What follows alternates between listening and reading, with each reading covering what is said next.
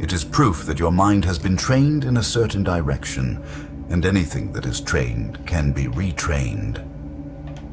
This audiobook is not here. So once again, so another example. So let's say, for an example, if let's say you have some trained patterns that you are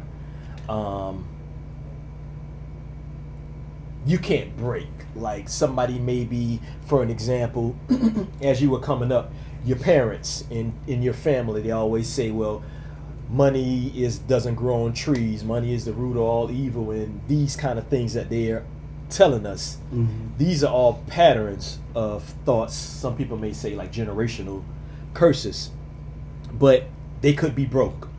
You can break these curses. You can break these generational curses of patterns of thought that you have, but it just takes some practice and it takes some discipline. But those are just patterns that you have learned over a period of time since you were a kid all the way up to who you are now. And those patterns could be broke. Nothing's written in stone. Mm-hmm. They could be broke. So this is what he was referring to on that you got these patterns that you could break these at any time. It just takes discipline. Hype you up. It will not promise overnight transformation. It will not tell you to think positive and hope for the best.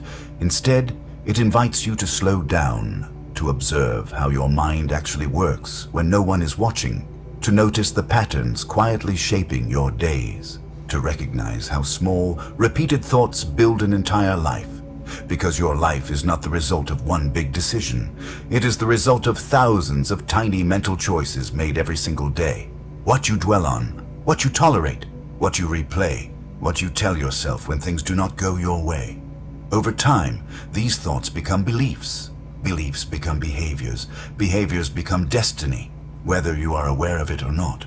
Over the next hour, you will not be asked to become someone new. You will be asked to become more conscious, more deliberate, more responsible for the inner world creating the outer one. This is not about controlling every thought. It is about choosing which thoughts deserve your energy. Because the moment you understand this, something shifts. You stop feeling like life is happening to you. You begin to realize your mind has been shaping it all along. The mind is everything, and what you think, you become. This journey is an invitation to look inward with honesty, patience, and courage. Stay present.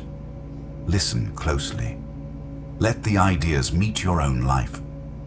What you discover here is not theory, but a mirror and a path forward, step by step toward clarity, strength, and lasting inner freedom. Today, Chapter 1. Your thoughts are not neutral. Most people believe their thoughts are harmless. They assume thinking is something that simply happens in the background, like noise you learn to live with.